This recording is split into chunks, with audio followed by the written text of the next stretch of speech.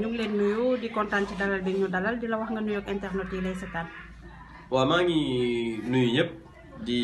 nuyu ñi nga xamante ni comme ni nga ko waxee mooy internet yi ñuy seetaan di ay sénégalaises ak sénégalais di leen jaajëfal ci temps bi ñuy jël di ñu seetaan ak di ñu déglu ci IGFM. d'accord donc dimanche le 3 bi passé gisoon nañ ne que Idrissa Seck defoon na fi benn mobilisation boo xamante ne c'était impressionnant donc yow ban jàngat nga ci am. waaw xam nga aussi li nga xam ne moom laay wax rek comme jàngat ma ci am moom def na meeting national avec son parti coalition ak yeneen parti yi mu àndal waaye depuis boobu yaa ngi koy seetaan yaa ngi gis image yi nga xamante ni moo am biir Sénégal. Président Macky Sall def na meeting Mbacké meeting départemental yaa ngi gis fi muy dem yëpp gis nga ne ay meeting départemental amagul meeting national donc jàpp naa ne xam nga li tubaab naan y a pas photo entre les candidats et incha allah jàpp naa ne le plus important moom mooy li nga xamante ne nii mooy liggéey bi ñuy def sur le terrain parce que ñun dañu privilégié liggéeyu proximité liggéeyu porte à porte dem ci nit ñi waxtaan ak ñoom ci kër yi ci néeg yi ci marché yi ci koñ yi et jàpp naa ne loolu mooy li nga xamante ne mu gën a am solo parce que li tax ñu privilégié loolu mooy président Macky Sall dañu jàpp ne maanaam juróomi ponk yoo xamante ni yu am solo la ak ñett ay programme yoo xamante ne nii yu am solo la mooy bi ñuy wax zéro bidonville zéro déchet ak ville yi nga xam ne mooy yu bees yi donc yooyu mu doon yoo xamante ne nii yu am solo la te comme ñun yàlla dafa def ñu bokk ci ñor kàddu candidat bi dañu war di expliquer Sénégalais yi parce que boo gisee tey président Macky Sall ci secteur yu bari muy sur le plan social du ñu tay ci di ko wax li mu ci def dafa am solo ay bourse de sécurité familiale mu am li nga xamante ne nii ay CMU la couverture maladie universelle gis nga aussi li ñuy wax mooy ci wàllu panier de la ménagère maanaam dund gi 2012 ak léegi amul dara loo xam ne yokk na ci du ceeb du dëwlin du meew du café gaz bi nga xamante ne dañ koy toggee dafa wàññeeku malgré que am na benn moment boo xam ne dafay am ay pétrole baril pétrole bi dafay yéeg mais malgré que baril pétrole bi mu yéegee essence bi yokkul gaz yokkul parce que dafa am péréquation boo xamante ni gouvernement bi da koy def maanaam dañuy jël ay subvention yoo xamante ni état bi daf koy jël ci gafakaam daal di koy dugal ci yooyu produit yi pour que mbir mi bañ a yokk te loolu il faut nga nekk état boo xamante ni da nga am gestion bu sobre bu vertueuse pour nga loolu mën a am ay ressources pour def ko ba pare ay charges yu lourd la yoo xamante ni il faut nga am ay péréquation yoo xamante ni da nga koy def pour loolu mën ko am xam nga loolu mu doon ci loo xamante ni ci programme Macky Sall xam nga wàllu liggéey la ci koom-koom dafa yokk même salaire doomu aadama yi yokk na parce que dañu wàññi impôt sur le revenu depuis 2013 mu doon loo xamante ni dafay yokk pouvoir d'achat bu sénégalais yi nga gis ne li nga xamante ne nii aussi mooy PUDC ci programme yi la muy programme d'urgence de développement communautaire boo demee ci gox yi ak gox-goxaat yi ay piste de production defar nañ ko fa ay forage gis nga ne defar nañ ko fa électrification rurale defar nañ ko te bu ñuy wax électrification même boo ñëwee ci Sénégal en général gis nga ne li ñu am ci capacité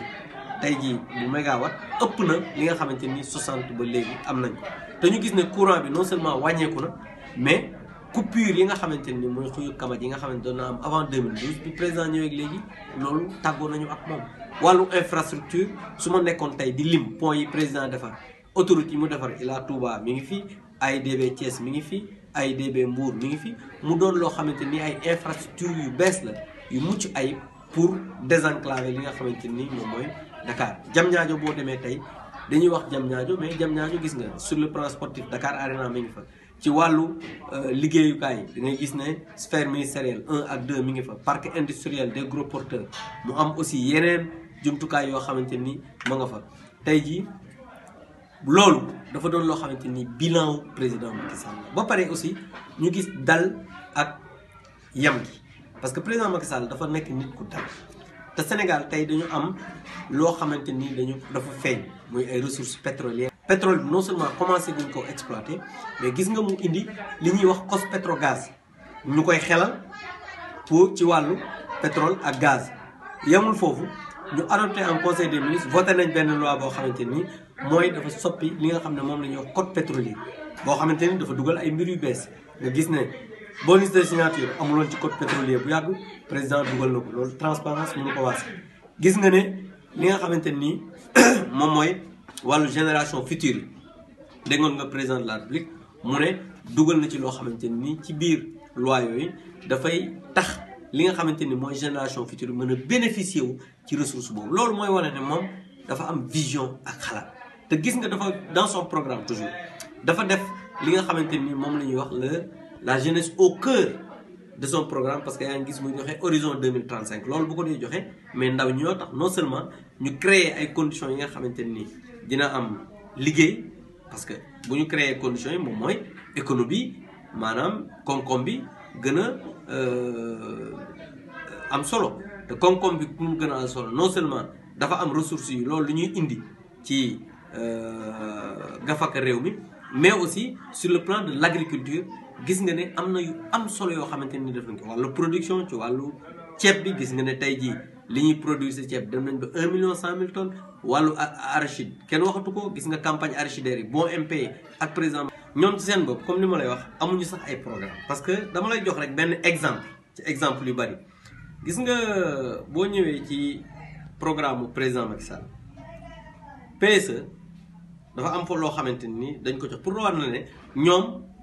amuñu xam-xam amuñu xalaat dañuy jëm rek xool PSE daal di tibb pour defar seen programme xam nga président Macky Sall ci PSE dañu fusionner des services d'assiette de recouvrement et de contrôle des recettes éventuelles ceux qui s'occupant de la gestion de la trésorerie maanaam dañ koy boole yooyu ci PSE la nekk de loolu te xam nga programme yu yàggul Idrissa moom programme am mu bind ci daan ne fusion de la direction générale de la comptabilité publique et du trésor xam nga loolu moom mooy plagier toujours ci biir programme bi fusion douane ak administration ci biir PSE bi def nañ séparer les sanctions domaniales cadastrales de blocs de mobilisation de recettes ce qui veut dire que li ma lay wax nii boo demee di nga ko xool ci programme donc ñoom dañuy plagier maanaam dañuy xool PSE parce que PSE ñoom mënuñoo xalaat loo xamante ni tey jii dina gën ku bëgg a développer réew mi la donc maintenant bu fekkee ne yow da nga bëgg a yor am réew te amoo xalaat amoo xeltu boo xamante ni da ngay am yoon woo xamante ni nga ne lii wala fii nga bëgg a jaaral réew mi je pense que kooku buy laaj réew. du jour boobu rek la robinet tëj xam nga amoon na ay jamono Dakar am ay problème c'est que ñun dañoo nekk liggéey bu am solo maanaam li ñuy wax travail structurel ñun dañuy liggéey am ay objectifs à moyen long court long ak moyen terme te loolu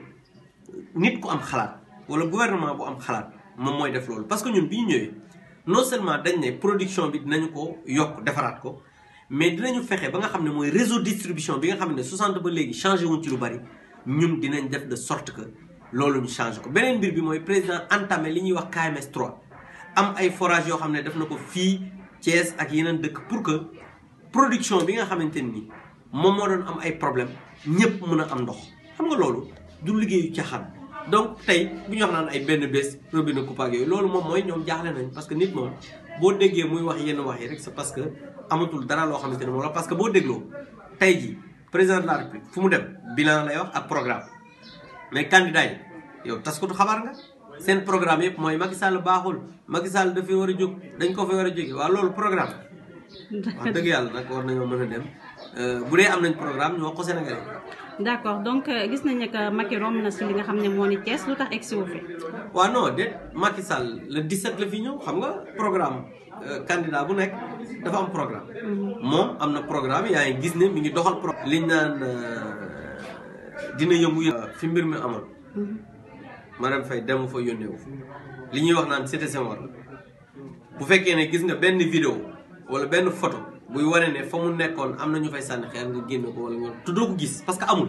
donc moi je pense que il faut que nit ñi di joxe ay information yu wér peut-être bu fekkee ne jëw na Thiès gis nga ko peut-être leneen la doon dox mais yow ci sa bopp tas ko du xabaar fekkewoo te du am ku leen ne gis naa mu dem fenn ñu fay sànni xeer donc loolu je pense que quand même ay waxu caaxaan la et boo xoolee ñun ni ñuy fonctionner Thiès nga xam ne waxuma la xeer waaye éponge sax kenn duñu ko sànni ok est-ce que am nga yaakaar si président Gadji si li nga xamante ne moo di Thiès parce que démb Alioune Sarr mi ngi ko doon wax nee na ñoom li leen tiital mooy fii ci Thiès. mais non déggoo li ma Alioune Sarr mën na wax xalaatam mais en tout cas xam nga élection yi li gën a am solo mooy ñu gagné ko au premier tour jàpp naa ne dinañ ko gagné au premier tour Thiès buñ ci amuloon yaakaar duñ ci liggéey yaakaar bu wér lañ ci am.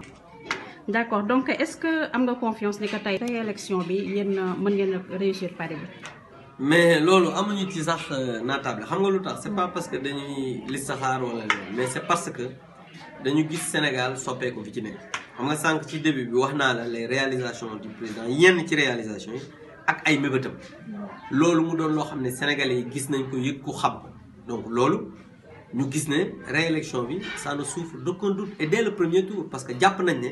président de la République Macky Sall mooy l'homme qu'il faut à la place qu'il faut en ce moment dans ce pays au Sénégal. d'accord yan stratégie ngeen di teg pour jëm ci pour ngeen réussir loolu. waaw mais stratégie yi wax naa la ko sànq nee naa la moom mooy d'abord mobiliser nos troupes dem di waxtaan ak ñoom dem di def porte à porte def proximité di waxtaan ak ñi nga xamante ne ni ñoom ñooy sénégalaises yi ak sénégalais yi di leen expliquer le bilan du président ak ay mébétam donc je pense que loolu ci la ñu nekk suba ko. d'accord lan mooy sa dernier mot. waaw dernier mot bi rek moom mooy d'abord ñu xam ne réew mii di Sénégal dafa nekk réew moo xam ne réewu démocratie la réew la moo xamante ne nii réew bu am dal la te ki nga xam ne tey moo nekk à sa tête mooy le président Macky Sall kenn mësu ko dégg mu wax waxu ju ñaaw kenn mësu ko gis mu jëf-jëf ju ñaaw te nekk na nit koo xamante ni